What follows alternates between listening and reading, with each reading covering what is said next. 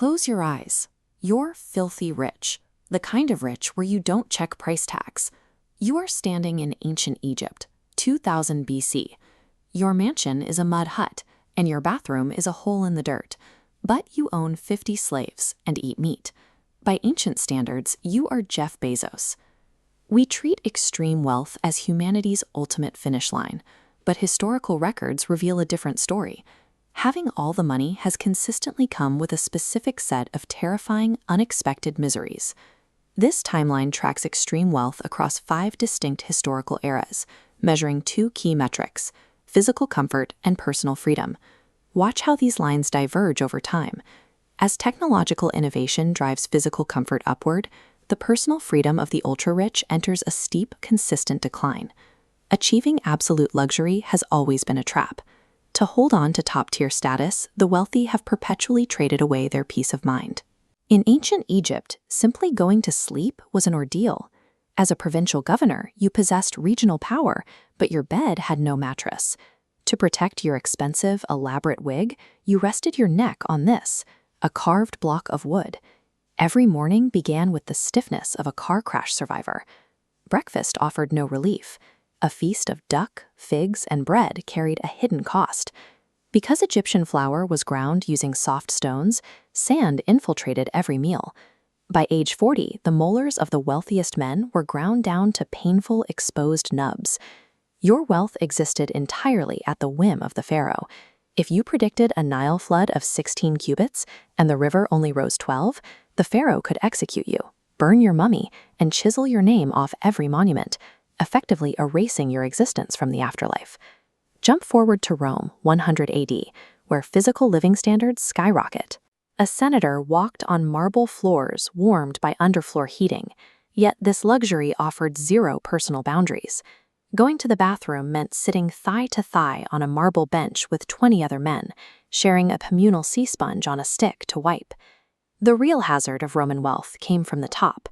If the imperial treasury ran low, the emperor would falsely accuse a billionaire senator of treason, execute him, and legally confiscate his entire estate to pay the state's debts.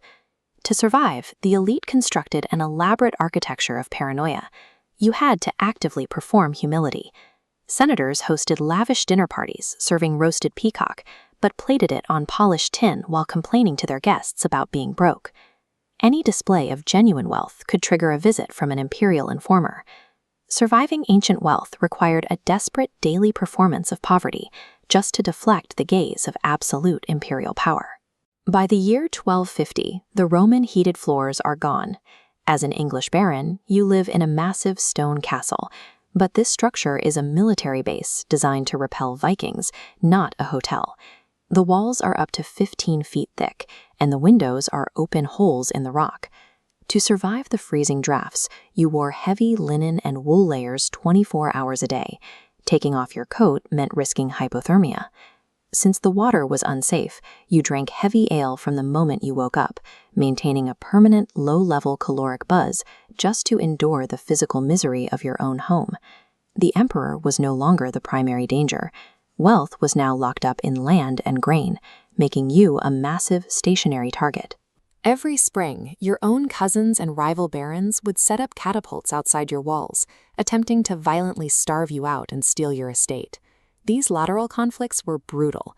If a siege dragged on, an attacking neighbor might load their catapults with plague-infested animal carcasses, launching biological weapons over your walls to poison the castle's well. Medieval wealth concentrated your riches behind a single wall, transforming your home into a permanent, violent target for everyone else in your tax bracket. The Industrial Revolution created immense amounts of liquid cash. By 1895, a railroad baron living on Fifth Avenue finally had a functional, private, indoor flush toilet and a mansion modeled after a French palace. Yet the rigid social rules of the era dictated their own form of physical torture. A billionaire in 95-degree heat was strictly obligated to wear 3 layers of heavy black wool, changing outfits up to 4 times a day just to eat a meal.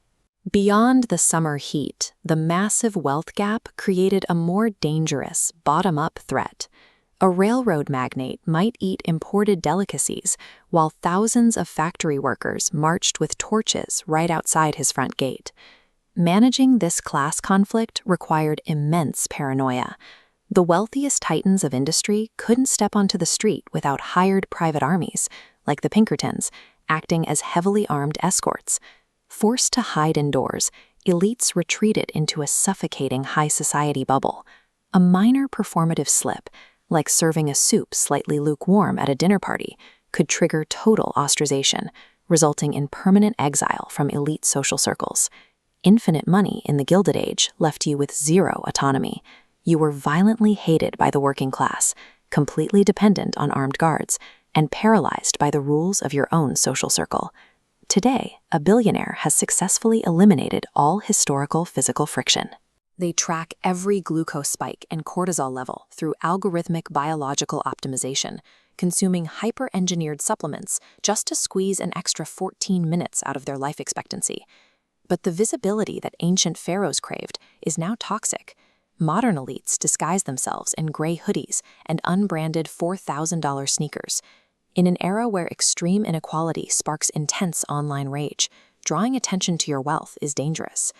The volatility of the modern market means that because of hyper-connected global systems, a billionaire can lose $200 million in 4 seconds. They can never go offline. Physical panic rooms are useless against modern threats.